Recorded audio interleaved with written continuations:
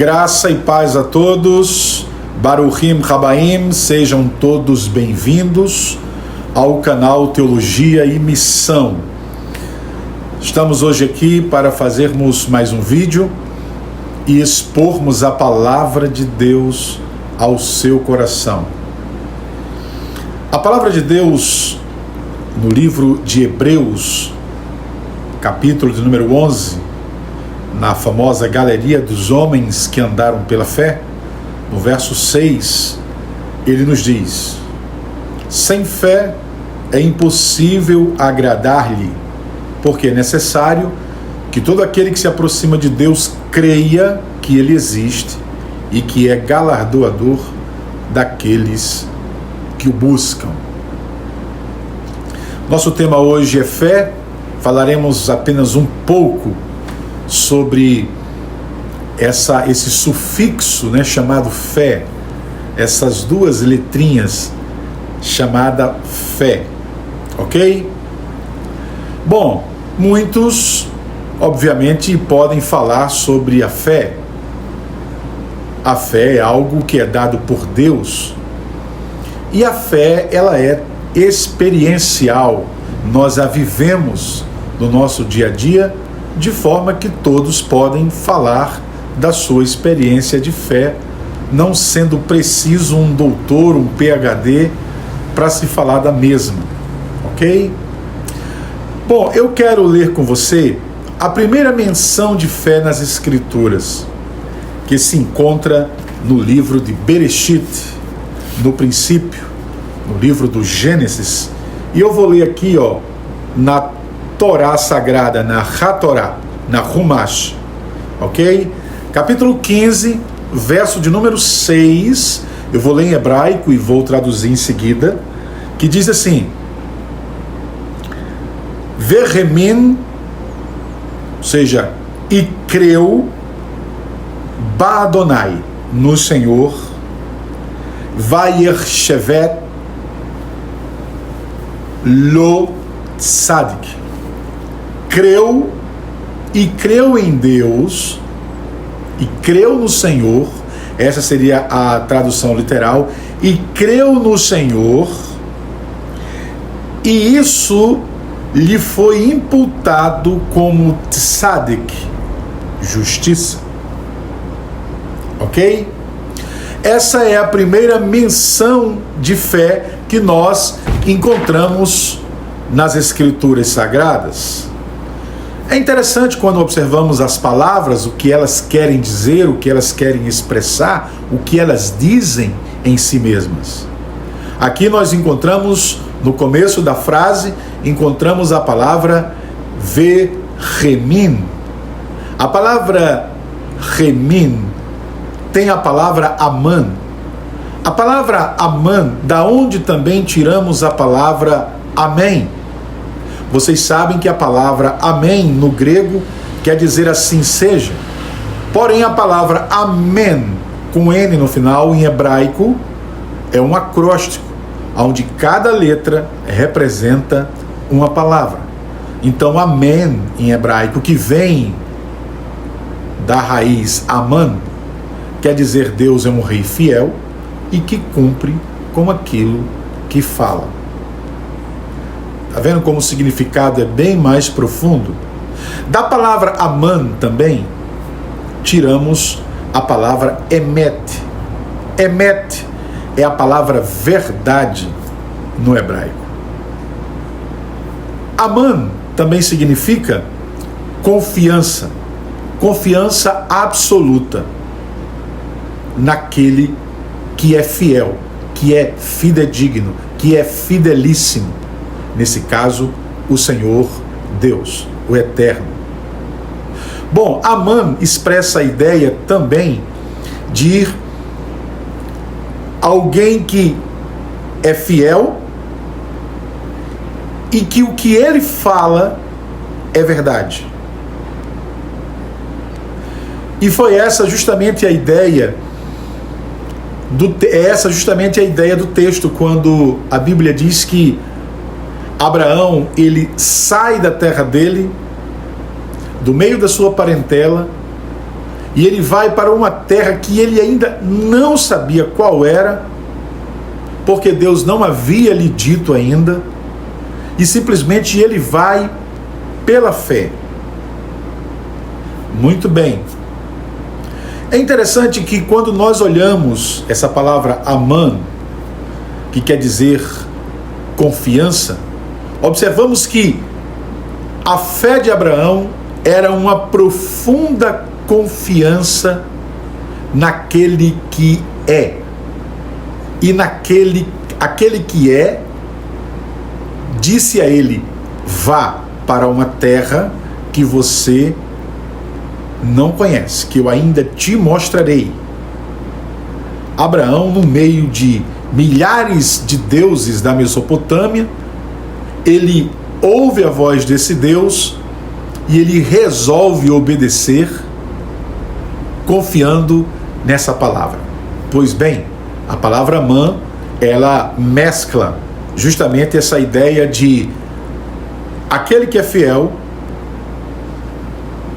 fala a verdade absoluta, e aqueles que a ouvem confiam plenamente nesse que está falando, porque esse que está falando simplesmente é fiel, é a expressão autêntica, original de Emet, da verdade. Então tudo que ele fala é a verdade.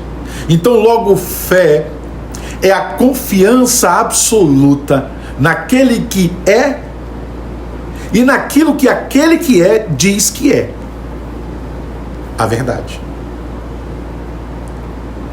Quando lemos João 8,32, encontramos Jesus dizendo: e a verdade, e conhecereis a verdade, e a verdade vos libertará. A ideia de João é que a verdade é uma pessoa da qual nos relacionamos com ela. É a pessoa de Cristo Jesus. Ele é a verdade. Agora, veja que coisa interessante. Se pegássemos aqui, fizéssemos aqui um paralelo, colocássemos aqui um grego e um judeu do lado e perguntássemos: grego, o que é que você diz sobre conhecimento? Então o grego iria pensar, elucubrar, ia chegar ao entendimento de que o conhecimento se traduz na literatura, porque era isso que o grego entendia por conhecimento. Bom, mas se você perguntar ao judeu que está aqui do lado sobre o que é conhecimento, ele vai dizer: bom, conhecimento implica numa relação, inclusive numa relação íntima. Lá quando Jesus vai nascer, lá em Mateus capítulo 1 e capítulo 2, naquele cenário do nascimento de Jesus,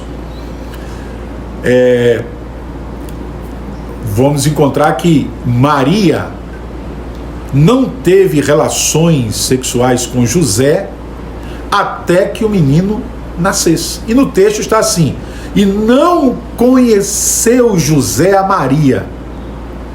Então, conhecimento implica na relação, inclusive íntima, intrínseca.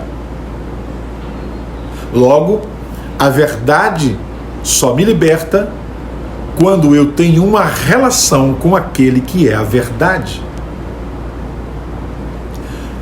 Observe que Abraão tem plena convicção, confiança absoluta, inabalável, naquele que está falando com ele. Quando Jesus dá um discurso duro para os discípulos, que os discípulos vão saindo, Jesus olha para Pedro e fala assim: se você quiser ir também, pode ir, Pedro. E o Pedro diz: para quem iremos? Não é para onde iremos, é para quem iremos, se só tu tens as palavras de vida eterna. Não é para onde. Para onde é importante, mas não tão importante, não mais importante do que para quem iremos. Para quem iremos é que define todas as coisas. E no nosso caso, os cristãos, nós estamos de retorno para Ele, porque viemos dele e voltaremos para ele. Então é para quem voltaremos. Tiago, no capítulo 2 da sua carta, no verso 19, ele diz: crês tu, fazes bem, pois os demônios creem que estremece ou que tremem. Veja, observe que no capítulo 2, no contexto ali do capítulo 2, o Tiago está falando de fé e boas obras. E ele cita quem? Ele cita justamente o patriarca Abraão. Bom, ele poderia citar Abraão no capítulo 12, quando Abraão saiu da sua terra, do meio de sua parentela. Ele poderia citar o capítulo 15, o capítulo 16 ou 17, na aliança que Deus faz com Abraão. Mas não. No capítulo 2 de Tiago, Tiago cita Gênesis capítulo 22. E há um detalhe interessante em Gênesis capítulo 22 sobre a fé de Abraão.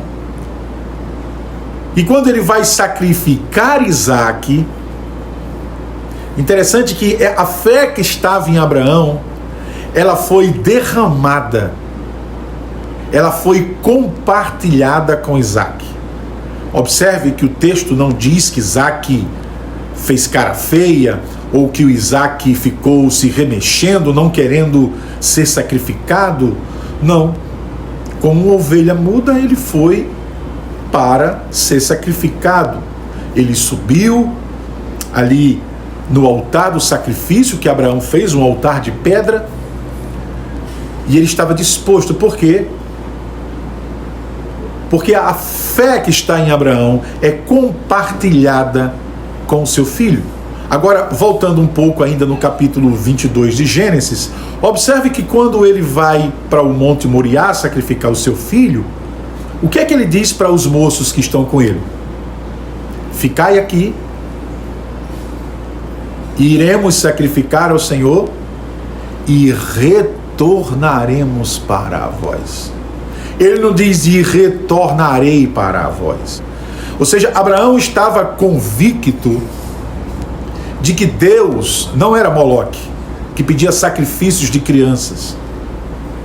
Não. Então Abraão vai nessa convicção. É tanto que o escritor aos Hebreus, no capítulo 11, diz que Abraão cria que Deus até das cinzas poderia ressuscitar a seu filho Isaque. Isso é a confiança inabalável no Deus eterno. A grande questão é em quem estamos crendo e como estamos crendo. Não é no que estamos crendo. A questão não é o que, é o quem. Porque quando você confia no quem, o que é só um detalhe. Então confiemos em Deus, no Senhor. Que Deus nos abençoe, fiquem todos na paz e até o próximo vídeo. Se você não é inscrito ainda no canal, se inscreva e que Deus nos abençoe.